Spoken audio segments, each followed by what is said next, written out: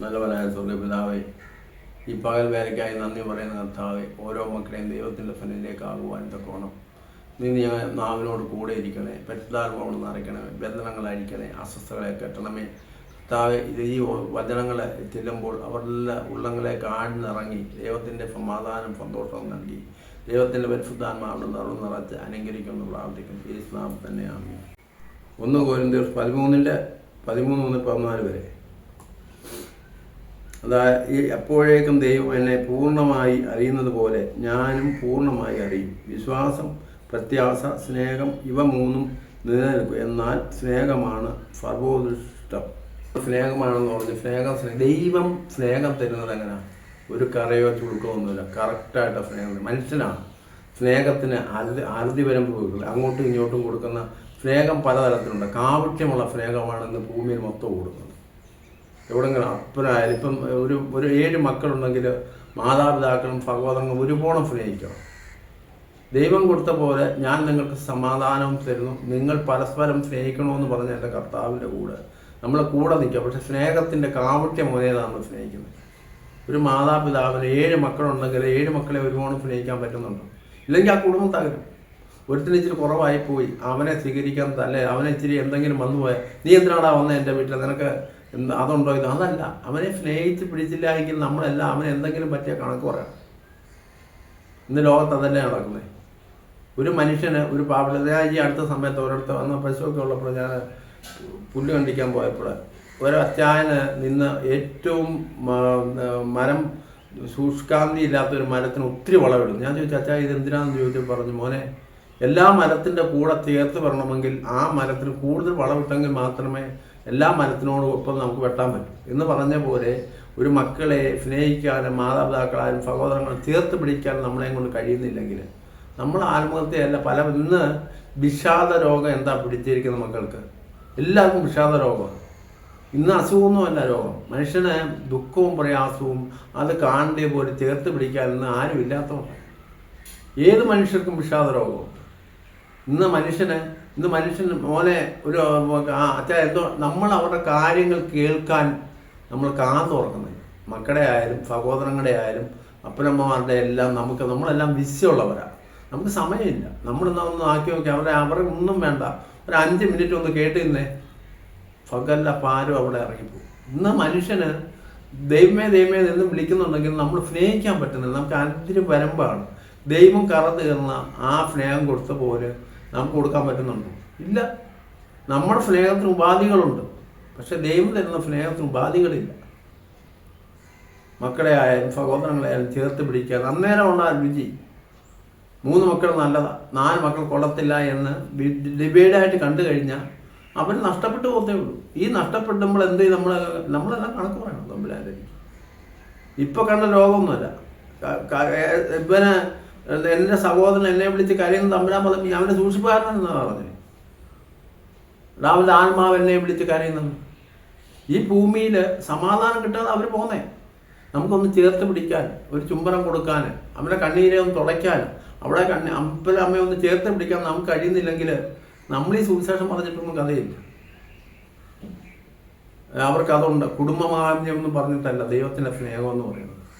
അത് ഹൃദയത്തിൽ നിന്നും വരുന്നതാണ്. ലക്ഷങ്ങൾ മുടക്കി വീട് വെക്കാം, ലക്ഷങ്ങൾ മുടക്കി പ്രാർത്ഥന വെക്കാം, പക്ഷെ നമ്മൾ സഹോദരനും നേടാൻ നമ്മളെ കൊണ്ട് പറ്റുന്നുണ്ട്. നമ്മൾ വായിക്കെടുത്ത് പ്രസംഗിക്കും, അങ്ങനാണ് ഇങ്ങനാണ് മറ്റേതാണെന്നൊക്കെ പറയും. പക്ഷേ അവൻ്റെ വേദനയെ നമുക്ക് കൈക്കൊള്ളുന്നില്ല എങ്കിൽ നമ്മൾ പ്രസംഗിച്ചിട്ടുണ്ടാകാതെ ജീവിതത്തിൽ എന്തെല്ലാം നേടിയെന്ന് പറഞ്ഞിട്ട് എന്താകാതെ.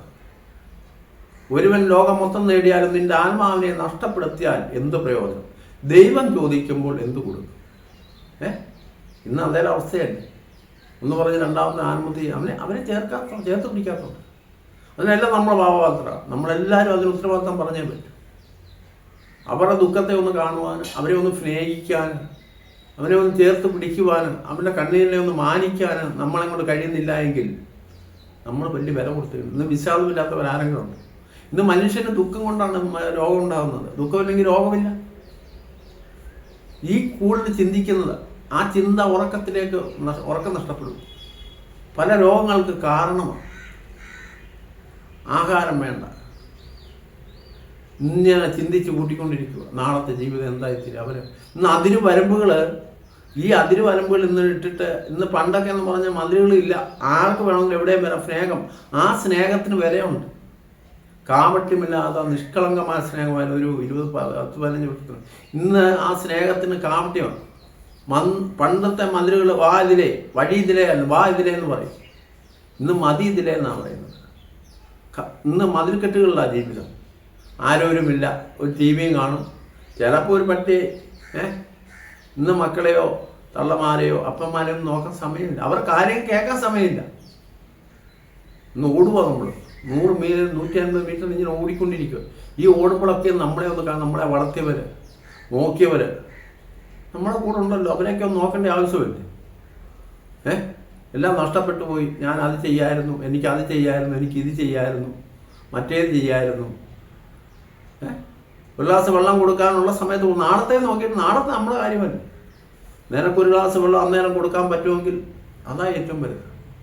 അവൻ മരിച്ചു കഴിഞ്ഞിട്ട് 4 തിരുമേനിമാരെയും വിളിച്ച് ചായയും കാപ്പിയും കവറും കൊടുക്കുന്നതല്ല. അവർക്ക് കൊടുക്കേണ്ട സമയത്ത് നമുക്ക് കൊടുക്കാൻ പറ്റുന്നുണ്ടോ സ്നേഹം?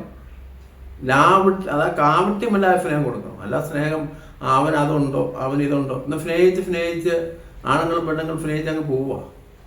ആ സ്നേഹമല്ല ദൈവം പറയാൻ പറയുന്നത്. ദൈവം തമ്പുരാൻ പറയുന്നത് ഈ സ്നേഹമാണ്, കാപട്യമില്ലാത്ത സ്നേഹം. അതായത് അപ്പോഴാണ് ദൈവം എന്നോട് പൂർണ്ണമായി അറിയുന്ന പോലെ ഞാനും പൂർണ്ണമായി അറിയുന്നു.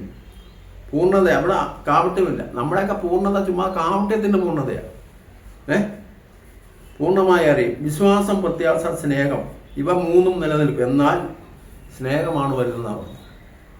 പ്രത്യാശയുണ്ട്, നമുക്കെല്ലാവർക്കും പ്രത്യാശയുണ്ട്. വിശ്വാസം, പ്രത്യാശ, സ്നേഹം. സ്നേഹമാണ് ഏറ്റവും വലുത്. ആ സ്നേഹത്തെ ഉൾക്കൊള്ളാൻ ദൈവം തന്നതായ സ്നേഹം മറ്റുള്ളവർക്ക് കൊടുക്കുവാൻ പറ്റുന്നില്ല എങ്കിൽ നമ്മൾ ഹൃദയങ്ങളെ ഒന്ന് ശോധന ചെയ്യുന്നതാണ്. നമ്മൾ പ്രസംഗിക്കാൻ പറ്റും, കരയാൻ പറ്റും, പക്ഷെ നമുക്ക് നമ്മളോട് ചില ബാധ്യതയുണ്ട്. ആ ബാധ്യത നമ്മളിലുണ്ടോ? എവിടെയെങ്കിലും തെറ്റ് പറ്റിയിട്ടുണ്ടോ? ആ തെറ്റ് പറ്റിയത് എവിടാണ്? തിരുത്താൻ നമ്മൾ തയ്യാറാണ്. നമ്മൾ തിരുത്തിയില്ല എങ്കിൽ ഒത്തിരി പൗരുഷത്വം, ഒത്തിരി ദുഃഖങ്ങളുണ്ടാവും. നമ്മളെ മക്കളെ ഒന്ന് ആലോചിച്ച് നോക്കി. അവർക്ക് പഠിയെന്ന് പറഞ്ഞ് ഇങ്ങനെ പഠിച്ചുകൊണ്ടിരിക്കുക. ബാഗ് താത്ത് കഴിച്ചാൽ ഉടനെ പഠിക്കണം. പിള്ളേർക്ക് വിഷാദമാണ്. വന്നിരുന്ന് ആ പിള്ളേരുമായിട്ടൊന്ന് കമ്പയർ ചെയ്തൊന്ന് ജീവിക്കാൻ, ഒരു 10 മിനിറ്റ് ഒന്ന് സംസാരിക്കാൻ, ആ പിള്ളേരുടെ ദുഃഖങ്ങൾ കേൾക്കുവാൻ നമുക്കുണ്ടോ സമയം? ആ സ്നേഹമായി മോനെ മക്കളെ ഒന്ന് വിളിക്കാൻ നമ്മളെല്ലാം IPS കളക്ടർമാരും ആർഡിഒയും ഡോക്ടർമാരും ആവാൻ വിടുക. ആ ഡോക്ടറും ആർഡിഒ വേണ്ടെന്നല്ല പറഞ്ഞു, വേണം. പക്ഷെ ആ പിള്ളേരുടെ ദുഃഖവും ആക്കി ആ മാതാപിതാക്കൾ കൊടുക്കുന്ന സ്നേഹം അതിന് സമയോചിതമാണ്, അതിന് തൂക്കമുണ്ട്, അളവുണ്ട്. ഈ അളവുകളൊക്കെ എടുത്ത് മാറ്റി വിഷാദ രോഗം വരുത്താതെ നമ്മളൊന്ന് കാത്തൊന്ന് സൂക്ഷിച്ചേ. കൊടുക്കണ്ടപ്പോൾ അവൻ അങ്ങനെ ആയിരുന്നു, അവൻ നേരത്തെ മുടിയനായിരുന്നു, അവൻ വെള്ളം അടിക്കുമായിരുന്നു, അവൻ ഇത്ര രൂപയാക്കി. അല്ല, അവൻ ആത്മഹത്യ ചെയ്യാൻ പോകുമ്പം പണ്ടത്തെ കാര്യം വെച്ചോണ്ടല്ല നമ്മൾ നിൽക്കുന്നേ. പലവട്ടം പറഞ്ഞാൽ അവൻ കുഴപ്പമില്ല. ഒരു മനുഷ്യനെ ചാപ്പ് കുത്താൻ ആർക്ക് വേണമെങ്കിലും പറ്റും, പക്ഷെ അവനെ നല്ലതിലേക്ക് കൊണ്ടുവരുവാൻ ആരുമില്ല. 24 മണിക്കൂറും ചാപ്പ് കുത്തിന് മാത്രമേ ഉള്ളൂ നമുക്ക്. ആ ചാപ്പ കുത്തുന്നതിന് മുമ്പ് ദൈവം കൊടുത്ത സ്നേഹം എന്താണെന്ന് നമ്മൾ രുചിച്ചറിയണം. പ്രസംഗിക്കുമ്പോൾ എല്ലാവർക്കും പ്രസംഗിക്കാൻ പറ്റും, ഞാൻ നിങ്ങളെല്ലാം പ്രസംഗിക്കും. പക്ഷെ ശത്രുക്കളെ സ്നേഹിക്കാൻ പറഞ്ഞ് തമ്പുരാൻ പറഞ്ഞ ആ സ്നേഹത്തിന് കറ തീർന്ന സ്നേഹമാണ് തമ്പുരാൻ കൊടുത്തത്. നമുക്കതുപോലെ കൊടുക്കാൻ പറ്റുന്നുണ്ടോ? ഇല്ലെന്നെങ്കിൽ നമ്മുടെ സ്നേഹം കാപട്യമോ? എന്തുതന്നെ സ്നേഹിക്കുന്നത്? കാപട്യമായ സ്നേഹം സ്നേഹിച്ചിട്ട് എന്ത് കഥ? നമ്മൾ സ്നേഹിക്കുന്ന മനുഷ്യൻ സ്നേഹിക്കുന്നെങ്കിൽ അതിന് ഉപാധികളോടാണ് സ്നേഹിക്കുന്നത്. ഇല്ലെങ്കിൽ നിങ്ങൾക്ക് പറയാൻ പറ്റുമോ? എനിക്കൊന്നേ പറയാനുള്ളൂ, സ്നേഹിക്കുക, ആത്മാർത്ഥം, ഉപാധികളില്ലാതെ സ്നേഹിക്കുക. ദൈവം നിങ്ങളെ അനുഗ്രഹിക്കും.